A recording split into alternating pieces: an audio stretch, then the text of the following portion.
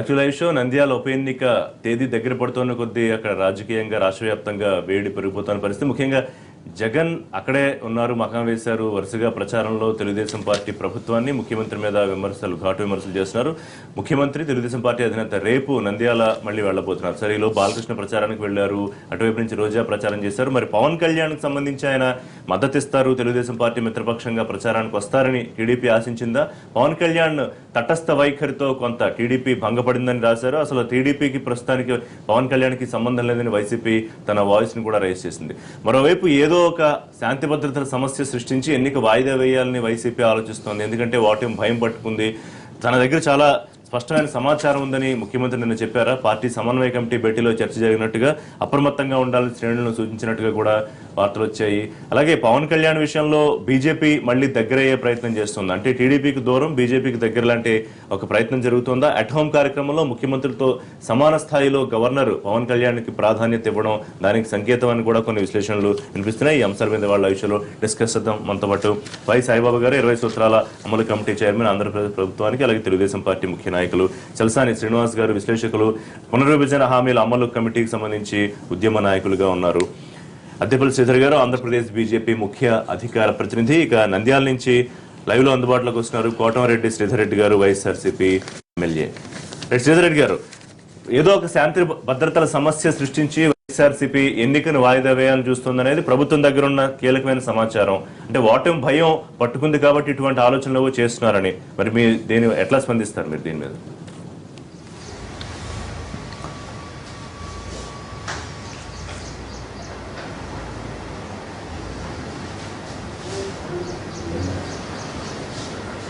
ఋషి గారు మొట్టమొదటి నుంచి కూడా ఈ ఎన్నికల్ని వివాదం చేసి ఓడిపోతామన్నటువంటి భయం అడుగడుగునా కూడా తన మాటల్లో వ్యక్తం చేస్తూ వచ్చింది ఎవరో మీకు తెలుసు.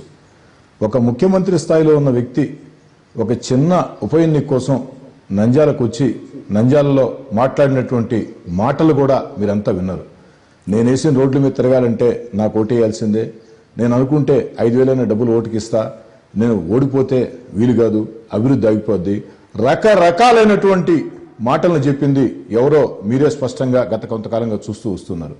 ఇంటెలిజెన్స్ నివేదికల్లో నంద్యాలలో ఒక నిశ్శబ్ద విప్లవం ఉంది, నంద్యాలలో ఉన్నటువంటి నిశ్శబ్ద విప్లవం తెలుగుదేశం పార్టీకి చరమగీతం పాడబోతూ ఉంది, తెలుగుదేశం పార్టీకి ఒక దారుణమైన ఓటమి రాబోతుంది అన్న నివేదిక వచ్చిన తర్వాత ఈ యొక్క ముఖ్యమంత్రి గారు సాగించినటువంటి ప్రయత్నాలు 1 కాదు, 2 కాదు, 3 కాదు, ఉప ఎన్నికలు ఎలాగైనా గెలవాలని చెప్పని వేలాది కుట్టు మిషన్లు, వందలాది ట్రాక్టర్లు, ఏదైతే కోట్లాది రూపాయల డబ్బులు మొత్తం కేబినెట్ మొత్తం మకం వేసి రకరకాల ప్రజల్ని భయభ్రాంతులు చేసే రీతిలో వ్యవహరిస్తున్న తీరు, ఇన్ని పనులు వారు చేస్తూ ఈరోజు ముఖ్యమంత్రి స్థాయిలో ఉండి ఒక మాట, నా దగ్గర నివేదిక ఉంది, నేను ముఖ్యమంత్రి గారిని అడిగేది ఒకటే, ముఖ్యమంత్రి గారు మీరు అపారమైనటువంటి రాజకీయ అనుభవం కలిగిన నాయకులు, మీరు ఈ రాష్ట్రానికి చాలాసార్లు ముఖ్యమంత్రిగా పనిచేసిన వ్యక్తి, ఒక ముఖ్యమంత్రి గారి నోటి వెంట ఒక మాట వచ్చిందంటే దాన్ని ప్రజలు విశ్వసించాలా?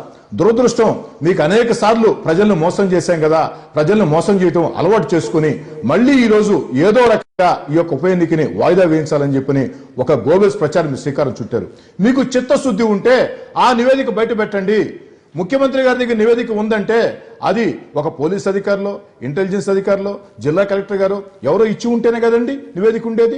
కాబట్టి ముఖ్యమంత్రి గారు మీకు నిజాయితీ ఉంటే, చిత్తశుద్ధి ఉంటే వైఎస్ఆర్ కాంగ్రెస్ పార్టీ ఎన్నిక వాయిదా వేయించేదని కుట్ర చేస్తుంది అన్న నివేదికని స్పష్టంగా బయట పెట్టాలని చెప్పని ముఖ్యమంత్రి గారిని కోరుతూ ఉన్నా. ముఖ్యమంత్రి గారు ఎన్ని కుయుక్తులు పన్నినా, తెలుగుదేశం పార్టీ ప్రభుత్వం ఎన్ని ప్రయత్నాలు చేసినా, ఎన్ని ప్రలోభాలు పెట్టినా, ఎన్ని బెదిరింపులు చేసినా ఎప్పుడు లేదు ఋషి గారు. రాజకీయ పార్టీ మీటింగ్లకి రమ్మని పిలుస్తారు, కానీ ఇక్కడ జగన్ గారి మీటింగ్ కి పోవద్దని చెప్పని బెదిరింపులు, డబ్బులు పంపిణీ ఎన్ని చేసినా నంద్యాలలో ఒక నిశ్శబ్ద విప్లవం ఉంది. ప్రజలు చెప్పబోతున్నారు. 3 ఏళ్లుగా ఎన్నికల్లో హామీలు ఇచ్చి అమలు చేయకుండా 2019లో రాష్ట్రానికి మొత్తం తెలుగుదేశం పార్టీ ప్రజల చేతికి దొరుకుతుంది. 2014 హామీలకు ఏదైతే మొత్తం గుణపాఠం తెచ్చుకునే దానికి 2 ఏళ్ల ముందే నంద్యాల ప్రజలకు అవకాశం వచ్చింది. నిశ్శబ్ద విప్లవం ఉందని అధికార పక్షం భయపడే ఇలాంటి గోబెల్స్ ప్రచారం చేస్తోంది. సరే, గోబెల్స్ కన్నన్నారు, చాలా విమర్శలు చేశారు అనుకోండి. అంటే నిజంగా అటువంటి పరిస్థితి ఉందా? ఏదో ఆర్కే నగర్ లో జరిగినట్టుగా ఏదో ఒక సమస్య సృష్టించి లేకపోతే డబ్బులు పంపడం జరుగుతోందనో, ఈ రకంగా ఎన్నికను వాయిదా వేయించాలని ప్రయత్నం చేస్తోంది ప్రతిపక్షం అనే సమాచారం మీ దగ్గర ఉందా స్పష్టంగా? అంటే ఇక్కడ కొన్ని పత్రికల్లో రాసిన వార్త తప్పితే ముఖ్యమంత్రి గారు కానీ ఆ సమావేశంలో కానీ ఇటువంటి చర్చే జరగలేదు. రెండోది ఎవరు మాట్లాడుతున్నారు ఎవరైనారని ముఖ్యమంత్రి గారు ఉప ఎన్నికల ప్రకటన వచ్చిన తర్వాత ఇంతవరకు నంద్యాల వెళ్ళలేదు. ప్రథమంగా రేపే వెళ్ళబోతున్నారు. నంద్యాల ఉప ఎన్నిక ప్రకటన వచ్చిన తర్వాత ఎవరు కాల్చిపారేయాలన్నారు, ఎవరు ఉన్మాదంగా మాట్లాడారు, ఎవరు ఉద్రేకంగా మాట్లాడారు అనేది శ్రీధర్ రెడ్డి గారు కూడా చూసుకోవచ్చు.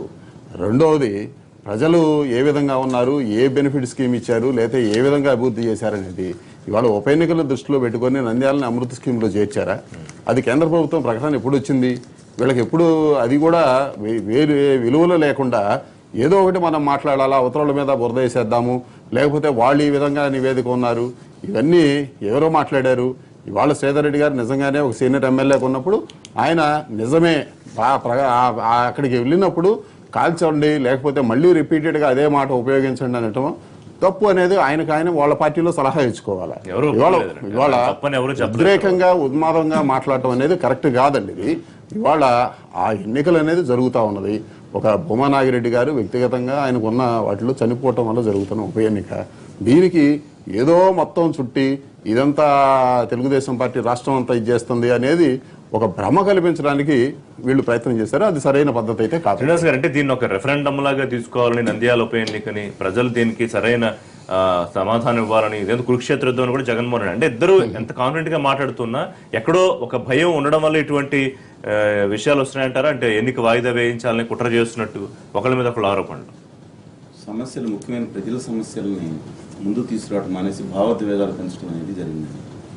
జగన్మోహన్ రెడ్డి గారు ఏదైతే చిత్తపండి రెడ్డి గారు రాజీనామా ఆమోదించారో ఒక నిజాయితీ నిబద్ధత ఏదైతే ఉండాలన్నారో ఆయన ప్రజలకు సందేశం పంపించారు. అది పాజిటివ్ ఆస్పెక్ట్. ఓకే, కాదు అదే సమయంలో ఒక ఆవేశంగా మాట్లాడటం కానీ, రోజా గారు మాట్లాడటం కానీ ఇవన్నీ మైనస్. ఎందుకంటే ఎమోషన్స్ అది కంట్రోల్స్ కానీ ఆ విధంగా మాట్లాడటం అనేది సరైన విధానం కాదు. తెలుగుదేశం పార్టీకి కూడా వాళ్ళ నేతలు అసెంబ్లీలో కూడా మాట్లాడిన విధానం చూసాం. సరే, ఇక్కడే ఉప ఎన్నికల విషయం వరకు వస్తే అక్కడ ఉన్న స్థానిక సమస్యలు, అలాగే విభజన హామీలు, రాయలసీమకి ఉత్తరాంధ్రకి ఇచ్చిన 50 కోట్లు ముష్టేస్తే ఇక్కడ మాట్లాడలేని వైనాలు, ప్రత్యేక తరగతి హోదా విభజన హామీల్లో ఇచ్చిన రాయితీలు ఏదైతే నిన్న కేంద్రంలో ఆర్థిక శాఖ మంత్రి వచ్చే 10 సంవత్సరాల వరకు అమలు అవుతాయి ఆ రాష్ట్రాలకు అని ఒక జియో ఎగ్జిక్యూటివ్ ఆర్డర్ ప్యాక్ చేసి నిన్న దానికి జిఎస్టీ చట్టానికి ఏదైతే రిఫండ్ యాక్ట్ ఉందో దానికి తీసుకొచ్చిన నిన్న ఇచ్చిన ఆర్డర్స్ ఏమీ పట్టింపు లేదు. కడప అంటే ఇది సమస్య ఉండొచ్చండి, పక్కన ప్రాంతాలకు కూడా రావాల్సింది. నీటిపారుదల విషయాల్లో ఇవాళ తుంగభద్ర నీళ్ళు లేని సమస్యలు అసలు ఏమీ పట్టించుకోవట్లేదు. అక్కడ నేను దురదృష్టవశాత్తు మాట్లాడారో లేదు మాట్లాడేసి మోహన్ రెడ్డి గారిని, సుబ్బారెడ్డి గారు అబ్బాయి, ఆయన ఒక ఎమ్మెల్యే ఉండి ఇది చూస్తా ఉంటే మా కాన్స్టిట్యున్సీలో కూడా ఎవరైనా చచ్చిపోతే బాగుంటుందని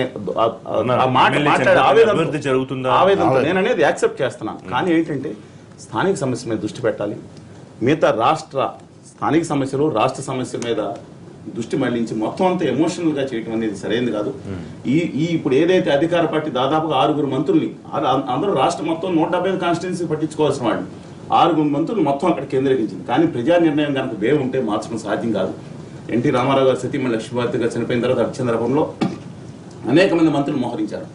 కానీ ఆవిడ చాలా ఎక్కువ మెజార్టీతో నెగ్గారు. అందువల్ల దాన్ని మార్చలేము, కొంతవరకు ప్రభావితం చేయవచ్చు.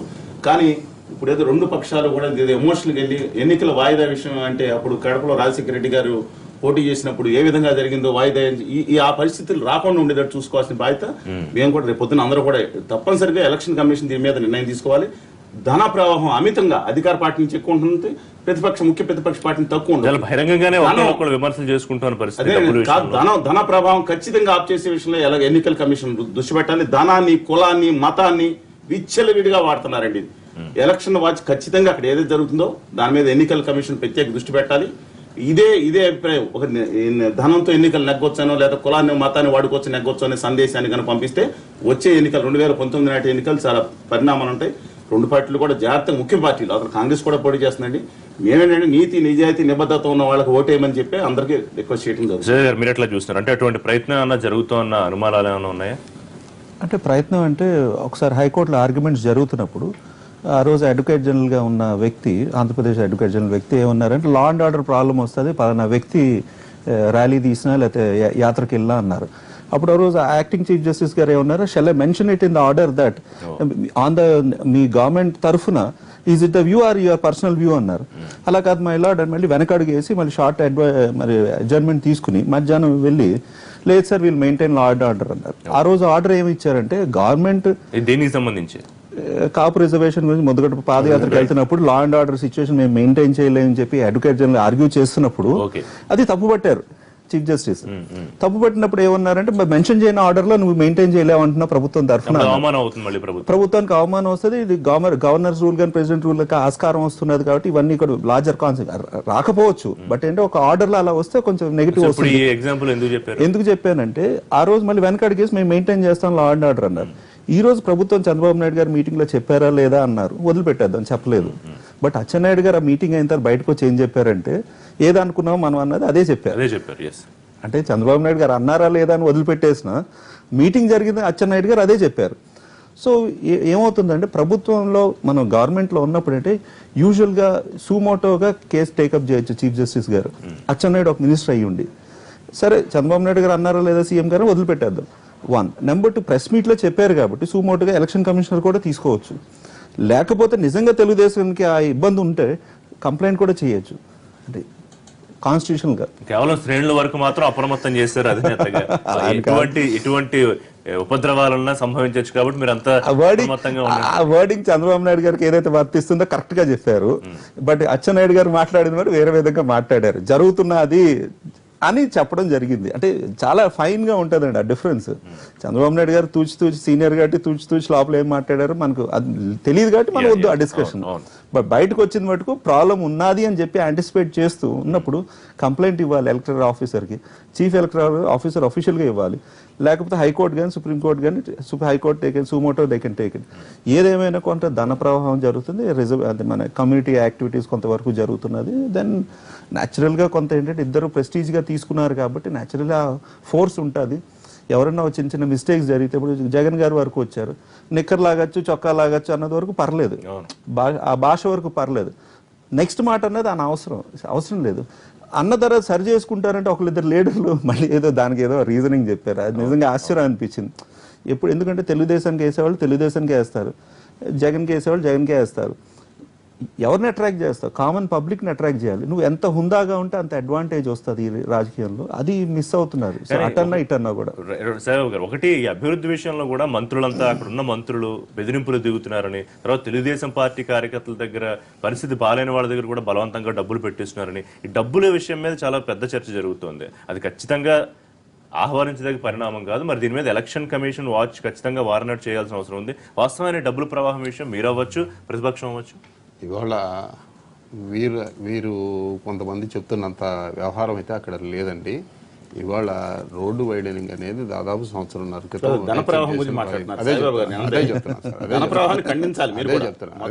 వినండి సార్. మీరు చెప్పిన తర్వాత నేను మార్చట్లేదు. శ్రీనివాస్ గారు ఖచ్చితంగా మీరు అన్న మాటకే చెప్తాను.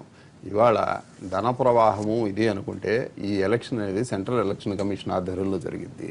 ఎక్కడ కూడా ఎలక్షన్ అబ్జర్వర్లను పెట్టారు, ఇవన్నీ కూడా పెట్టారు. ఇవాళ ఒక విషయం మీద ఎవరో ఆరోపణ చేసినంత మాత్రాన అక్కడ జరగని వ్యవహారం అయితే కాదండి. ఇవాళ ఇందాక శ్రీధర్ గారు చెప్పారు, ఆ పార్టీ వాళ్ళు ఈ పార్టీ వాళ్ళు, ఆ కులం వాళ్ళు ఈ కులం వాళ్ళు అందరూ ఆల్రెడీ డివైడ్ అయిపోయి ఉన్నారండి అనేది. ఆల్రెడీ డివైడ్ అయిన వాళ్ళకి ఇదంతా కూడా రాదు. కామన్ మ్యాన్ ఈ పార్టీకి ఆ పార్టీకి అనుబంధం లేని వాళ్ళ దగ్గరే ఈ ప్రలోభాలకి వీటికి అనేది ప్రయత్నం చేస్తారు. ఇక్కడ తెలుగుదేశం పార్టీ పరంగా అటువంటి ప్రయత్నం ఎక్కడా కూడా చేయలేదనేది ఖచ్చితమైన ఇదండి. ఎవరైనా ఉంటే ఇదిగోండి మీరు ఈ విధంగా చేశారనేది ఖచ్చితంగా కూడా చెప్పవచ్చు.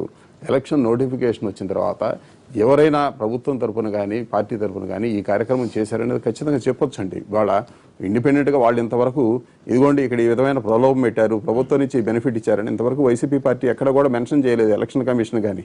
ఇవన్నీ ఏంటంటే మీడియాలో అత్యుత్సాహంగా ప్రచారం కోసం వీటన్నిటి కోసం వాళ్ళు చెప్తా ఉన్నారు. కమ్యూనల్ గా ప్రయత్నాలు వైసీపీ ఆరోపిస్తున్నట్టుగా కాపు నేతలతో ముఖ్యమంత్రి ఆత్మీయ సమావేశం కూడా నంద్యాల ఉప ఎన్నికకి సంబంధించి అందుకే పెట్టారు. నంద్యాలకి ఆ ఉద్యమానికి అసలు సంబంధమే లేదండి. అక్కడ మీకు రాయలసీమలో ఏ ఎన్నికలైనా కానీ ఈ లోకల్ ఫ్యాక్షనిజం లీడర్లో లేకపోతే ఓవర్ పీరియడ్ ఉన్న ఫ్యామిలీస్ ప్రభావితం చూపిస్తాయి కానీ ఇవాళ క్యాస్ట్ పరమైన ప్రభావితాలు ఎక్కువైతే రాయలసీమలో అయితే ఉండవండి.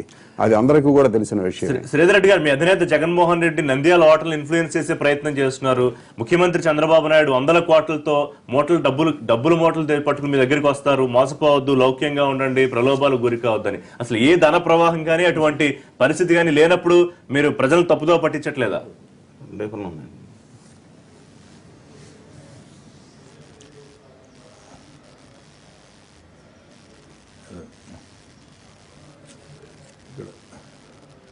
రిషి గారు 2 నిమిషాలు టైం ఇవ్వండి.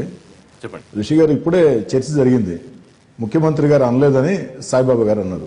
ముఖ్యమంత్రి గారు అన్నారని చెప్పని అన్ని టీవీలో స్కోలింగ్స్ వచ్చాయి. దాన్ని ఖండిస్తూ ముఖ్యమంత్రి కార్యాలయం ఎలాంటి ప్రకటన జారీ చేయాలి. దానికి మద్దతుగా అచ్చెన్నాయుడు గారు కేబినెట్ లో కీలక మంత్రిగా ఉండి ముఖ్యమంత్రి గారి మాటల్ని ఏం మాట్లాడి నిలబడినారు. సమస్య ఏమిటంటే అంత అయోమయం. ముఖ్యమంత్రి గారు ఒక మాట మాట్లాడతారు, టీవీలకి స్కోలింగ్ ఒకటి వస్తుంది, అచ్చెన్నాయుడు గారు ఒకటి మాట్లాడతారు, బోండమ్మ గారు ఒకటి మాట్లాడతారు, సాయిబాబా గారు టీవీలో ఒకటి మాట్లాడతారు. ఇదంతా ఇంత అయోమయం ఎందుకు? రెండోది ఏమిటంటే తెలుగుదేశం పార్టీ నాయకులు జగన్మోహన్ రెడ్డి గారు ముఖ్యమంత్రి గారిని ఉద్దేశించి 2014లో ఓట్ల కోసం ఎన్ని రకాల అసత్య హామీలు చెప్పి 3 ఏళ్లుగా మోసం చేసి 3 ఏళ్లుగా గుర్తురా నంద్యాల ఈ రోజు నంద్యాలకు వచ్చి దారుణం ఏంటంటే దేశంలో ఎక్కడా లేని విధంగా కేబినెట్ లో ఒక్క ముస్లిం మైనార్టీకి మంత్రిత్వం ఇవ్వకుండా ముస్లిం మైనార్టీల్ని రాజకీయంగా అవమానించి ఈ రోజు నంద్యాల ఉప ఎన్నికలు వచ్చేటప్పటికి లేనిపోని మాటలు చెప్తున్నారు. ఇలాంటి వ్యక్తిని ఉరిదీసినా తప్పు లేదు, ఇలాంటి వ్యక్తిని కాల్చి చంపినా తప్పేంది అని మాట్లాడితే దాన్ని గోరంతలు కొండంతలు చేశారు. సరే, శ్రీధర్ గారు ఈ మీడియా ద్వారా మీరు రిపీట్ చేయడం అనేది చాలా తీవ్రంగా ఖండిస్తున్నారండి. జగన్మోహన్ రెడ్డి మీద ఎవరు అసత్యాలు చెప్పలేదు. 2014 ఎన్నికలకు ముందు ఆయన మీద కేసులు ఉన్న మాట వాస్తవం. ఆయన మీద కేసులు ఉన్న మాట వాస్తవం. ఆయన కోర్టులో ముఖ్యమైన మాట వాస్తవం. రాష్ట్ర అసెంబ్లీలో జగన్మోహన్ రెడ్డి గారిని ఎన్నిసార్లు ఉరి తీయాలని, ఎన్నిసార్లు దారుణంగా మాట్లాడాలని చెప్పని మీరు మాట్లాడారు. శ్రీధర్ రెడ్డి గారు, రాజశేఖర రెడ్డి గారు వినండి, సాయిబాబా గారు ఒకసారి ఓటుకి అడ్డంగా మారాలి. మేము 420 కాదు కాబట్టే, మేము తప్పు చేయలేదు కాబట్టే, అడిగిన ఉంచాలి కాబట్టే 50 లక్షల రూపాయలు మన వాళ్ళు అడ్డంగా టేబుల్లో దొరికి ప్రపంచమంతా ఒక ముఖ్యమంత్రిని 50 లక్షల రూపాయలు డబ్బులు తీసుకొని మీ పార్టీ రాష్ట్ర అధ్యక్షుడు వెళ్ళి మీ యొక్క ముఖ్యమంత్రి ఫోన్ లో మన వాళ్ళు బ్రీఫ్డ్ వింటూ మాట్లాడిన మాటలు మొత్తం కూడా చూశారు. మీరు కూడా మాట్లాడితే విధంగా మీరు కూడా మాట్లాడతారండి. మా మీద కోర్టులో కేసులు విచారణ ఉన్నాయి, కోర్టులో పనిచేసుకుంటాయి. విచారణలో ఉన్నాయి. మేము తప్పులు చేసి ఉంటే కోర్టులు ఖచ్చితంగా శిక్షలు విధిస్తాయి. మేము కడిగిన ముత్యాలంగా బయటకు వస్తాం. కోర్టులో వాదనలకు ఎందుకు వెళ్ళలేకపోతున్నారు? కోర్టులో మీరు వాదనలకు వెళ్ళండి. కోర్టులో వాదనలు జరగొద్దనే మీరు వెళ్తున్నారు. తెలుగుదేశం పార్టీ అసత్యాలు మాట్లాడుతున్నారు. 50 లక్షల రూపాయల డబ్బులు అడ్డంగా ఇస్తూ మన వాళ్ళు ప్రీఫుడిమెంట్ టెలిఫోన్ సంభాషణలో ప్రపంచం అంతా చూసేయండి. కేసు విచారణ జరిగితే ఆ గొంతు మీద కాదా? సాయిబాబా గారు సూటి ప్రశ్న సూటిగా అడుగుతున్నా, మన వాళ్ళు బ్రీఫుడిమి ఆ డబ్బులు చంద్రబాబు నాయుడు గారి గొంతులు కాదా? మీరు సమాధానం చెప్పండి. ఆడియోలో జరిగిన చంద్రబాబు గారి గొంతు కాదు, చంద్రబాబు గారు కాదు. ప్రయత్నం చేస్తారు, ఏదో చేస్తారు. జగన్మోహన్ రెడ్డి ఆస్తులు పెరిగిన విషయం కాదా? హైదరాబాద్ లో జగన్మోహన్ రెడ్డి ఎక్కడి నుంచి వచ్చింది? ఎవరి పేరు మీద ఉంది చెప్పండి. ఎంత ఖర్చు పెట్టారు చెప్పండి. ఈ విధంగా టాపిక్ డైవర్ట్ చేయాలంటే చాలా చెబుతాం. నేను స్వాగతిస్తుండా. మీరు ఏ శిక్ష వేసినా చంద్రబాబు నాయుడు గారు సాయిబాబా గారు మీకు నచ్చిన ఫోర్సెనిక్ ల్యాబొరేటరీకి జగన్మోహన్ రెడ్డి వేరే దాంట్లో ఉంటున్నాడు. నేను ఖచ్చితంగా చెబుతాను, మీరు గోధుమ ప్రయత్నం చేయడానికి ప్రయత్నం చేస్తున్నారు. టాపిక్ డైవర్ట్ గారు చర్చ ఓటుకు నోటు కేసు గురించి కాదు, నంద్యాల ఉప ఎన్నిక గురించి మాట్లాడుకుంటున్నాం. అందులో జగన్మోహన్ రెడ్డి ఫ్లోలో అని ఉండొచ్చు, రోడ్డు మీద కాల్ చేస్తే తప్పేంటని ఉరిశిక్ష ఎందుకు మళ్ళీ కాదు. దాన్నే మీరు గొప్ప మాటల్లాగా మళ్ళీ రీట్రేట్ చేయడం, చర్చలో మాట్లాడడం కరెక్టా? చర్చ సావధానంగా నడుపుదాం. అదే నేను అదే చెప్తున్నా. శ్రీధర్ రెడ్డి గారు, నేను ఒక్క మాట ఓపెన్ గా చెప్తాను. రాజశేఖర రెడ్డి గారు సీఎం అయిన తర్వాత అసెంబ్లీలో ఏమన్నారంటే, ఒక వినండి, నేను 2 సార్లు నేను పిసిసి ప్రెసిడెంట్ గాను 2 సార్లు సీఎం అవుదాం ట్రై చేసినప్పుడు నాకు రాజ్యాధికారం రాలేదు. నేను మారాను, నాతో పాటు మా వాళ్ళందరూ మారారు, పద్ధతి మార్చుకున్నాను, ఈరోజు రాజ్యాధికారం వచ్చింది, నేను సీఎం అయ్యాను. మీరు కూడా మారకపోతే పదే జగన్ గారు అన్న మాట నెగిటివ్ మాట పదే అంటే మీకు వచ్చే ఏదైతే అడ్వాంటేజ్ ఉన్నది పోతుంది. అది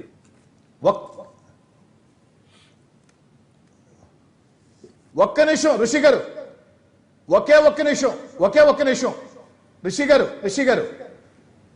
ఒక్క నిమిషం నేనేం చెప్తున్నానంటే, దానికి గుండెలు బాదుకుంటున్న తెలుగుదేశం పార్టీ నాయకులు 3 ఏళ్లుగా జగన్మోహన్ రెడ్డి గారిని బీజేపీ నాయకులని దారుణంగా అసెంబ్లీ సాక్షిగా వేదికల సాక్షిగా ఆ యొక్క మాటలు మాట్లాడినప్పుడు మీకు ఎందుకు గుర్తుకు రాలేదండి అని మాత్రం అడుగుతూ ఉన్నా. కాదు శ్రీధర్ గారు మీ గురించి కాదు, ఇందాక నా కంటిన్యూషన్ లో లాస్ట్ పాయింట్ లో సాయిబాబు గారు అడ్డం వచ్చారు. నేనేమంటానంటే, దీనికి ఆ విధంగా గుండెలు బాదుకుంటున్న తెలుగుదేశం పార్టీ నాయకులు కాసేపు వాళ్ళ వాదన నిజమే అనుకుందాం. అయ్యా తెలుగుదేశం పార్టీ నాయకులారా, 3 ఏళ్లుగా జగన్మోహన్ రెడ్డి గారి గురించి, లేదా ఎన్నికల ముందు జగన్ గారి గురించి, ఎన్నికలు అయిన తర్వాత జగన్ గారి గురించి చంద్రబాబు నాయుడు గారు, లోకేష్ గారు, తెలుగుదేశం పార్టీ మంత్రులు, ఎమ్మెల్యేలు దారుణంగా మాట్లాడారే, అప్పుడు మీకెందుకు ఈ హితోపదేశాలు, ఈ సూక్తులు గుర్తుకు రాలేదని మాత్రం అడుగుతూ ఉన్నట్టు.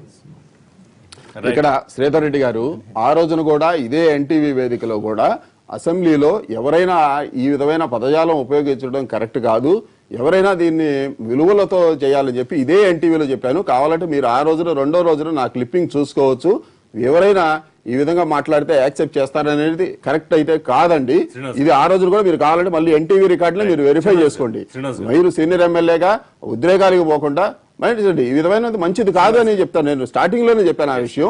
మనం ఉద్రేకాలకు పోకుండా శాంతంగా ఇది విషయం అనేది మీ పార్టీ విధానం చెప్పుకోండి, సిద్ధాంతం చెప్పుకోండి, నేను చెప్పుకుంటాను. ఆ విధంగా కానీ అనవసరమైన ఉద్రేకాలు రెచ్చగొట్టదని నేను మళ్ళీ కోరుతున్నాను మిమ్మల్ని కూడా.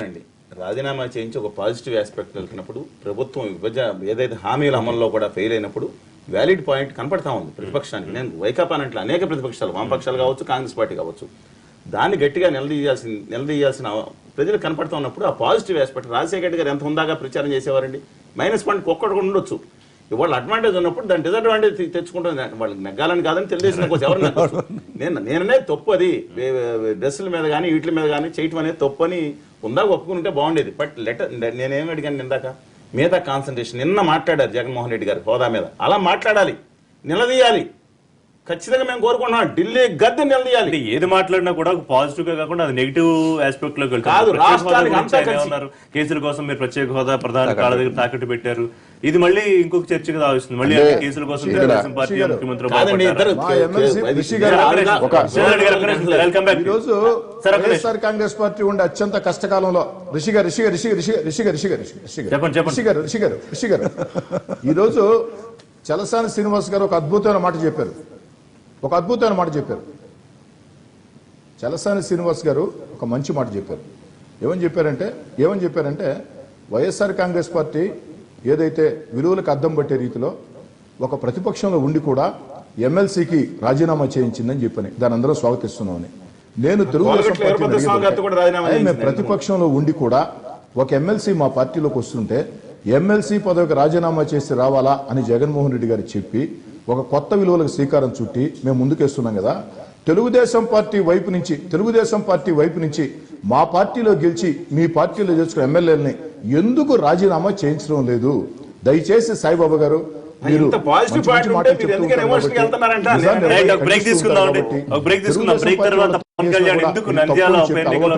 వైఖరి అవలంబించారు. తెలుగుదేశం పార్టీకి పవన్ కళ్యాణ్ కి మధ్య ఉన్న గ్యాప్ పెరుగుతోందా? వైసీపీ ఇదే వాయిస్ బయటికి తీసుకొస్తోంది.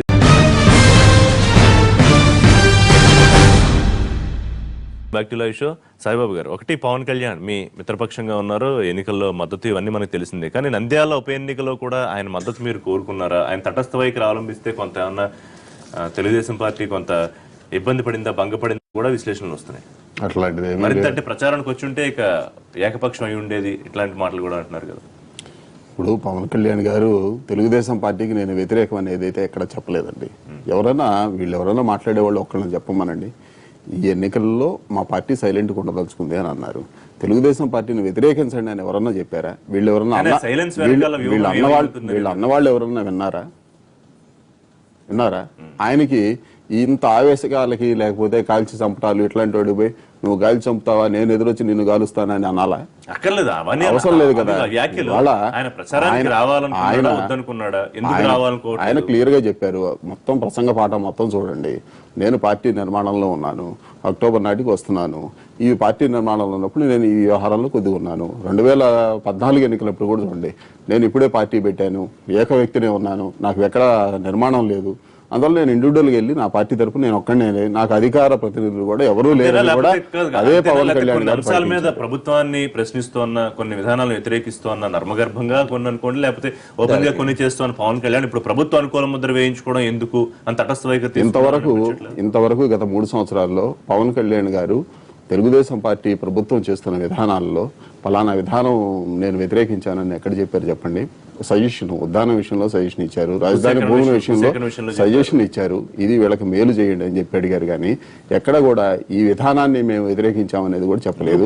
ఇక్కడ ఒకటి అది ఒక పొలిటికల్ పార్టీ హెడ్ గా కూడా ఎప్పుడు కూడా చెప్తారండి, ఎప్పుడు చెబుతారు. ఇవాళ కేంద్ర ప్రభుత్వంలో తెలుగుదేశం పార్టీ భాగస్వామిగా ఉండి మాకు ఇది కావాల్సిందేనండి, మనం అడుగుతాను, నేను నిలదీస్తున్నానంటే ప్రభుత్వాన్ని వ్యతిరేకించినట్టు కాదు. ఇక్కడ మనకి ప్రజల సమస్యలు తీరడానికి ఏ అవసరం అనేది పాజిటివ్ యాంగిల్లో కూడా తీసుకోవాలి. ఇక్కడ దీని నెగటివ్ అనేది అవసరం లేదండి ఎక్కడ కూడా. ఇవాళ పవన్ కళ్యాణ్ గారు డెఫినెట్ గా తెలుగుదేశం పార్టీకి ఉన్న రాష్ట్ర ప్రభుత్వానికి మద్దతుదారులు. చాలా క్లియర్ గా మేమైతే భంగపడలేదండి అంతవరకు ఖచ్చితం. వాళ్ళు ఏదో ఊరక వాళ్ళకి మద్దతు ఇచ్చినట్టుగా చెప్పుకోండి, వాళ్ళకి మాకు మద్దతు ఇవ్వలేదు, ఆయన తటస్థంగా ఉన్నారు కాబట్టి వాళ్ళని పోయి మద్దతు ఇవ్వమని అడగమనండి. వాళ్ళు భంగపడ్డట్టే కదా. మరి శ్రీధర్ రెడ్డి గారు అడిగే అవకాశం కూడా లేదు. వైసీపీ ఏమైనా ఎక్స్పెక్ట్ చేసిందా పవన్ కళ్యాణ్ వస్తారని? ఎందుకంటే వెంటనే మీరు రియాక్ట్ అయ్యారు. వైఎస్ఆర్సీపీ నాయకులు దూరం పెరిగిపోతుందనో తెలుగుదేశానికి పవన్ కళ్యాణ్ కి మధ్య ఇలాంటి వ్యాఖ్యలు ఒకవేళ ప్రచారానికి వచ్చి ఉంటే ఏం జరిగేదని పక్కన పెడితే రాకపోవడం మీకు అనుకూలంగా ఉందా? ఋషి గారు అదే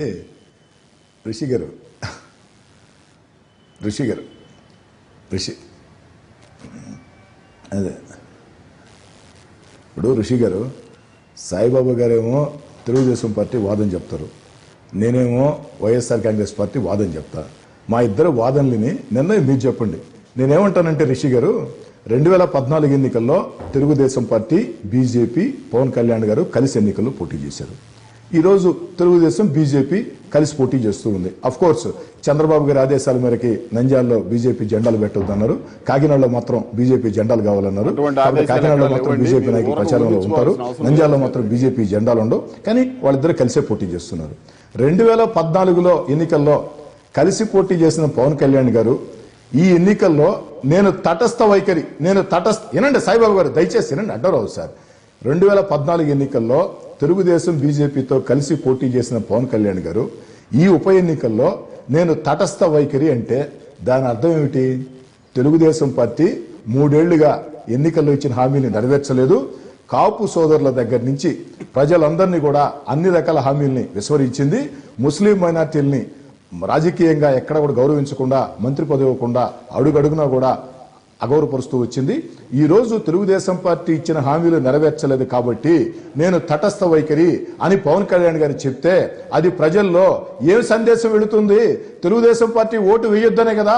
దాన్ని గుర్తించకుండా తెలుగుదేశం పార్టీ నాయకులు అయ్యా ఏం లేదు, ఆయన అట్టం లేదు, ఇట్టం లేదు, అయ్యా అట్ట ఇట్ట అనుకుంటే 2014లో ఒకే వేదిక ఎక్కారు కదా బీజేపీ, తెలుగుదేశం, పవన్ కళ్యాణ్ గారు. అదే వేదిక మీద నుంచి ముగ్గురు రండి, మాట్లాడండి, మా మిత్రబంధం పటిష్టంగా ఉంది, నంద్యాల ఉప ఎన్నికల్లో 2014లో ఏ విధంగా కలిసి పోటీ చేశామో అలాగే పోటీ చేస్తున్నాం అని ఎందుకు చెప్పలేకపోతున్నారు? ఇక్కడ ఒక్క నిమిషం సార్, ఒకే ఒక నిమిషం ఋషి గారు. ఇక్కడ శ్రీధర్ రెడ్డి గారు చెప్పినట్టుగా కలిసి పోటీ చేశారంటున్నారు. జనసేన పార్టీ తరఫున 2014 ఎన్నికల్లో ఏ ఒక్కళ్ళు కూడా పోటీ చేయలేదండి. ప్రస్తుతం ముందు మీరు అది తెలుసుకోండి. తర్వాత మంత్రివర్గంలో మంత్రి పదవి ఇచ్చి గౌరవం చేయడం అనేది ఎమ్మెల్యేగా తెలుగుదేశం పార్టీ తరఫున ఎంతమంది మైనారిటీలు గెలిచారనే దాని మీద ఉంటది. ఇవాళ మైనారిటీలు ఏ విధంగా గౌరవించారో తెలుసు. పోలీస్ హౌసింగ్ కార్పొరేషన్ ఇవన్నీ కూడా తెలుసు.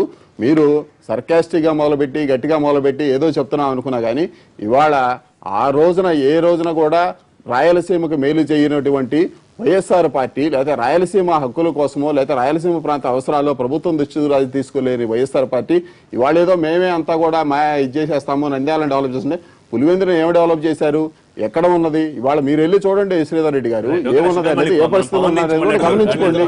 శ్రీనివాస్ గారు, అంటే తటస్థ వైఖరి అంటే వారన్నట్టు 3 ఏళ్లలో పరిస్థితి మారిపోయింది, ప్రభుత్వం మీద వ్యతిరేకత పవన్ కళ్యాణ్కి వచ్చింది, అందుకే తటస్థ వైఖరి, ఇది పరోక్షంగా ఓటేద్దని చెప్పారు, ఇది వైసీపీ చెప్తున్న భాష్యం, అట్లాగా అర్థం చేసుకోవాలి. సార్ శ్రీధర్ రెడ్డి గారు, శ్రీధర్ రెడ్డి గారు మీరు చెప్పండి. శ్రీధర్ రెడ్డి గారు చెప్పారు, చెప్పారు సార్. పవన్ కళ్యాణ్ గారు ఇంత ముందు ముఖ్యమంత్రి గారిని కలిసి ముఖ్యమంత్రి గారు చాలా కష్టపడుతున్నారని చెప్పారు. నిజంగా కూడా ముఖ్యమంత్రి ఈ దేశంలో ఎక్కడా లేనట్టు 29 రాష్ట్రాలు ముఖ్యమంత్రి అంత కష్టపడే రాత్రింబాళ్ళు కష్టపడే ముఖ్యమంత్రి కూడా ఎక్కడ లేరండి. నేను రాత్రి బోరుబావిలో 2 గంటలకు కూడా ఫోన్ చేసి ఎన్డీఆర్ సిబ్బందిని అభినందించారంటే నేను అది కూడా యాక్సెప్ట్ చేస్తాను. చాలా కష్టపడుతున్నారు. సరే ఫలితాలు వస్తున్నా లేదని డిఫరెంట్ ఇష్యూ. సెకండ్ పాయింట్ ఏంటంటే పవన్ కళ్యాణ్ గారి విషయం వరకు కూడా నిర్ణయం తీసుకుంది ఆయన వరకు సరైన నిర్ణయం. ఎందుకంటే రేపు పొద్దున ఇవాళ వైకాపా ఆయన మీద ఎత్తుకోవచ్చు, లేకపోతే తెలుగుదేశం ఎత్తుకోవచ్చు. ఆయన ఇద్దరినే ఆడుకునే లక్షణాలు ఎక్కువ ఉన్నాయండి ఖచ్చితంగా. వెనక ముందు అంటే మైనస్ పాయింట్స్ ఉండొచ్చు ఆయనలో, కానీ ఏంటంటే రేపు పొద్దున ఖచ్చితంగా 2 పార్టీలకి దూరం పాటిస్తారని. రెండో విషయం ఏంటి, తెలుగుదేశానికి ఆల్రెడీ దూరం అయ్యారన్నా ఇప్పుడు ఖచ్చితంగానండి. నేను దాంట్లో ఒక సాన్నిహిత్యంగా వెళ్ళటం మాట్లాడటం ఉద్దానం చేయటం, అక్కడ ఇష్యూని ఆయన పాజిటివ్ ఆస్పెక్ట్ వచ్చేలాగా ఆయన చూసుకుంటాం, తెలుగుదేశం పార్టీ కూడా సహకరించడం జరుగుతుంది. అది పక్కన అదే విషయాన్ని మిగతా వాళ్ళు పోరాడినప్పుడు, వైఎస్ఆర్ పోరాడినా లేకపోతే ఇంకోళ్ళు పోరాడినా, మాలాంటి వాళ్ళు పోరాడినా, మిగతా వాళ్ళు పోరాడినా రాష్ట్ర ప్రభుత్వం స్పందించట్లా. ఇప్పుడు ఇవాళ సరే ఆ ఇష్యూని పక్కన పెడతానండి. ఇవాళ మాత్రం ఆయన నిర్ణయం ఏదైతే ఉందో ఖచ్చితంగా ప్రభావం చూపుతుంది. తెలుగుదేశం మీద ఎక్కువ ప్రభావం చూపించవచ్చు, వైఎస్ఆర్ మీద తక్కువ ప్రభావం చూస్తుంది. ఖచ్చితంగా ఆయన ఫ్యాన్స్ అక్కడ ఉన్నారండి, ఆ రాష్ట్రం అంతా ఉన్నారు.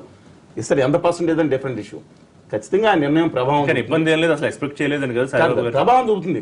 అటు ఇటు ప్రభావం చూపొచ్చు, కానీ ఎటే వేస్తారు జనం. అక్కడ ఉన్న ఓటర్స్ ఏదో నిర్ణయం తీసుకోవాలి కదా, వైకాపాకి కానీ, తెలుగుదేశం కానీ, కాంగ్రెస్ కానీ, లేదా నోటాకు కానీ ఎటో ఒకటి వేయాలి కదా. రాష్ట్ర ప్రభుత్వాన్ని ఆయన నుంచి దూరం వెళ్ళినట్టే ఖచ్చితంగా కనపడతా ఉంది.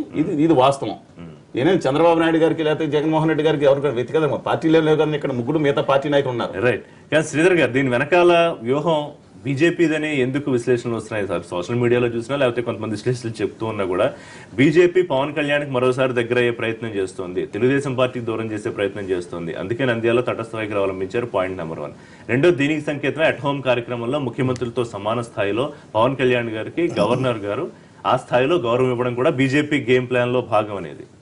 అంటే రెండో ఆన్సర్ మొదట చెప్తాను, అంటే బాగా వచ్చిన ఆన్సర్ ముందర చెప్పినట్టుగా పవన్ కళ్యాణ్ గారిని ఏ విధంగా ఆలోచిస్తున్నారని చెప్పి పలు లీడర్లు కూడా ఆలోచిస్తున్నారు. అంటే చంద్రబాబు నాయుడు గారు అని, జగన్ అవని, లేకపోతే ఢిల్లీ అవని, లేకపోతే ఇతరులు అవని. సహజంగా ఏంటంటే ఈ నార్త్ ఇండియన్ పొలిటికల్ పార్టీస్ కూడా ఆలోచిస్తున్నాయి అన్నమాట. అంటే పక్కన సౌత్ ఇండియా రజనీకాంత్ గారు లేదా కమల్ హాసన్ గారు వీళ్ళు కూడా ఏంటంటే సహజంగా ఒక అలయన్స్ చేయొచ్చా ఇది.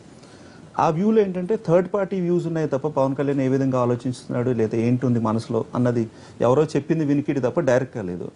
అందుకని ఒక కారణం అయి ఉండొచ్చు గవర్నర్ గారే డైరెక్ట్గా పిలవడం అన్నది, 1-to-1 మీట్ అవ్వడం జరిగినప్పుడు ఏంటంటే సర్టెన్ క్వశ్చన్స్ డైరెక్ట్గా అడిగినప్పుడు కొన్ని అబద్ధాలు చెప్పలేం కదా, ఓపెన్గానే చెప్తారు.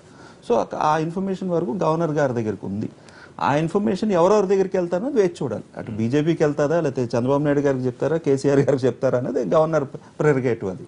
బట్ ఏంటంటే ఒక హోదా ఇచ్చారు, ఒక పిలిచారు. ఎంతోమంది ఉన్నారు ఆంధ్రప్రదేశ్లో, వివిఎస్ లక్ష్మణ్ పిలిచారు, లేదంటే ఇంకో క్రికెటర్ని పిలిచారు, అలాగా స్పోర్ట్స్ పర్సన్ పిలుస్తారు, ఆర్టిస్ట్, పెయింటర్స్ 2-3 పద్మ అవార్డ్స్ ముఖ్యమంత్రులతో భేటీ తర్వాత ప్రత్యేకంగా కూర్చోబెట్టి అదే నేను అంటున్నాను. ఎందుకు అని అంటే దానికి ఇంపార్టెన్స్ ఉన్నది కాబట్టి గవర్నర్ గారిని ఎవరన్నా అడిగి ఉండొచ్చు, లేదా గవర్నర్ గారు స్వతహాగా సెంట్రల్ డైరెక్షన్. అంటే సెంట్రల్ డైరెక్షన్ అనేది ఇప్పుడు గవర్నర్ గారు చెప్పాలి, లేకపోతే ఢిల్లీ నుంచి చెప్పాలి. బట్ ఏదైనా ఒక ఇన్ఫర్మేషన్ ఏంటి, నేను ఏమన్నదంటే థర్డ్ పార్టీ వ్యూ ఉన్నా తప్ప డైరెక్ట్ ఇంటర్ఫేస్ లేదు పవన్ కళ్యాణ్ గారి దగ్గర.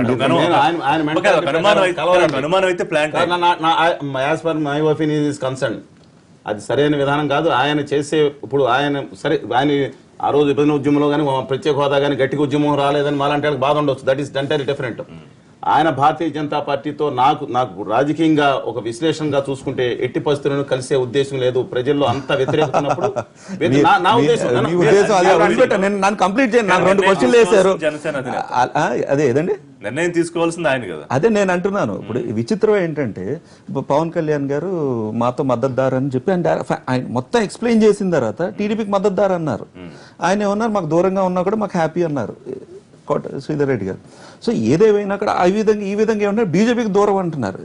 రాష్ట్ర బీజేపీకి దూరమే కదా. ఇప్పుడు సిద్ధార్థనాథ్ సింగ్ చాలా స్పష్టంగా పవన్ కళ్యాణ్ ని చాలా మాట్లాడినారు. ఎన్డీఏలో ఎప్పుడు అసలు భాగస్వామి ఎప్పుడయ్యాడు అని అడిగారు. ఏంటండి కేంద్రం ఫస్ట్ ఎన్డీఏ పార్ట్నర్ గా ఉన్నప్పుడు మొదటి సమావేశంలో అవతల చంద్రబాబు నాయుడు గారు ఇతర మిగతా అకాలీదళ ముఖ్యమంత్రి పక్కన కూర్చోబెట్టుకున్నారు. పక్కన కూర్చోబెట్టుకున్నారు. వదిలేసేటప్పుడు అంటే అక్కడ మిస్టేక్ సిద్ధార్థనాథ్ సింగ్ ఉందా, పవన్ కళ్యాణ్ ఉందా, బీజేపీ ఉందా? వదిలిపెట్టి ఒక్క నిమిషం నేను చెప్పను.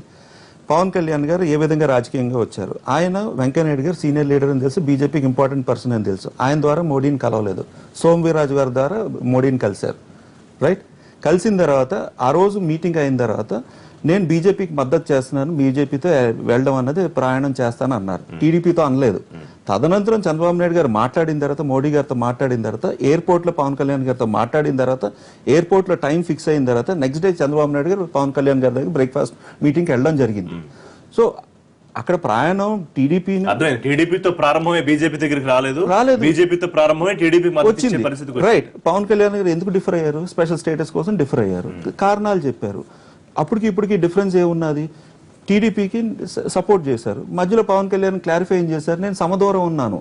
ఇటు ఈ రోజు జగన్ గారితో కూడా నేను ప్రయాణించడం నాకు ఇబ్బంది లేదని కూడా ఆయన అన్న మాట చెప్తున్నాను.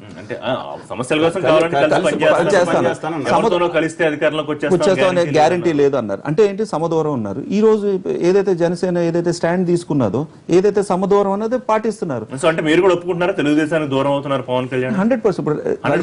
100%. రజనీకాంత్ గారు ఉన్నారు, కమల్ హాసన్ గారు ఉన్నారు, పలు దఫాలు సమదూరం ఉన్నారు. పార్టీ పలు దఫాలు సమదూరంలో ఒక్క ఎలక్షన్ లోనే జయలలిత గారు యాంటీగా మాట్లాడారు. మిగతా ఎలక్షన్స్ అన్నిట్లో కూడా ఇద్దరు కూడా వాళ్ళు ముఖ్యమైన లీడర్లు, రాజకీయంగా కానీ లేకపోతే పొలిటికల్ గా కానీ తెలుగుదేశానికి దూరం అయ్యి బీజేపీకి దగ్గర అవుతున్నారు.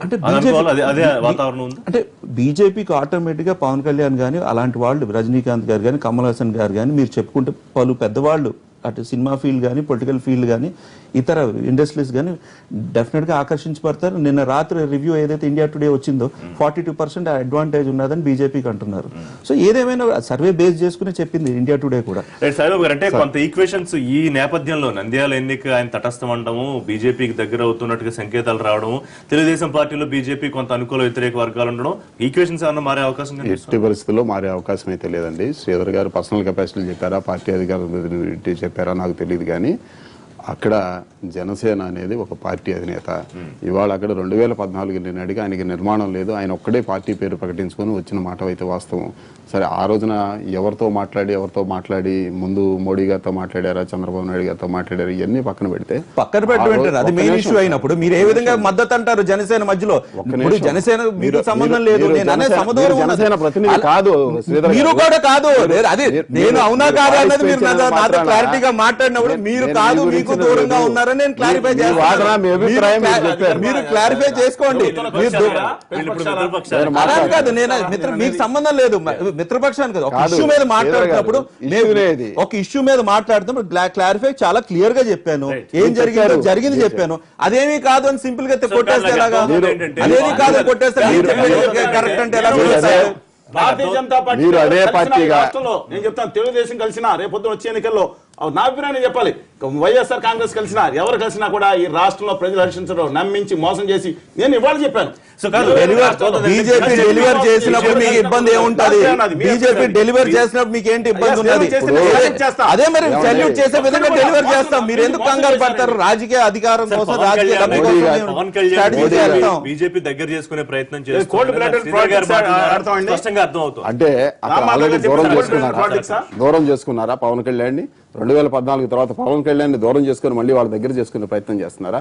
ఆల్రెడీ పవన్ కళ్యాణ్ అనే వ్యక్తి మోడీ గారికి మద్దతు ప్రకటించారు, నేను ఉన్నాను అని కూడా ప్రకటించారు. ఏ రోజున కూడా తర్వాత పవన్ కళ్యాణ్ మోడీ కలవలేదు కదా సార్, అది కలవలేదు అంటే వాళ్ళు చెప్పుకోవాల్సిన మాట, కానీ నేను చెప్పేది కాదు. ఎందుకు కలుస్తారు? నేను గవర్నర్ గారు ఆయన ఒక పార్టీ అధ్యక్షుడిగా వచ్చారు, అట్లాగే వైసీ గారు వచ్చినా కానీ ఆయన గవర్నర్ గారు అట్లాగే కూర్చొని importance మనకు చాలా మాట్లాడారు. clearly కనిపించింది. పార్టీ అధ్యక్షుడిగా వచ్చారు, ఆయన మాట్లాడారు. దానికి మనం ఇది అవసరం శ్రీధర్ రెడ్డి గారు, లేదు. మీ కామెంట్ 1 minute లో చెప్పండి. ఈ పవన్ కళ్యాణ్ గారు ఎవరికి దగ్గర అవుతున్నారు, ఎవరికి దూరం అవుతున్నారు, దీనివల్ల వైసీపీకి లాభమా నష్టమా?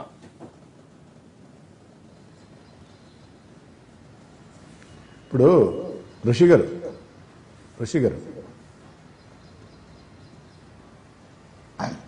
అంటే భవిష్యత్తులో పవన్ కళ్యాణ్ గారు ఎవరికి దగ్గర ఎవరు దూరం అనేది పవన్ కళ్యాణ్ గారే చెప్పాలి.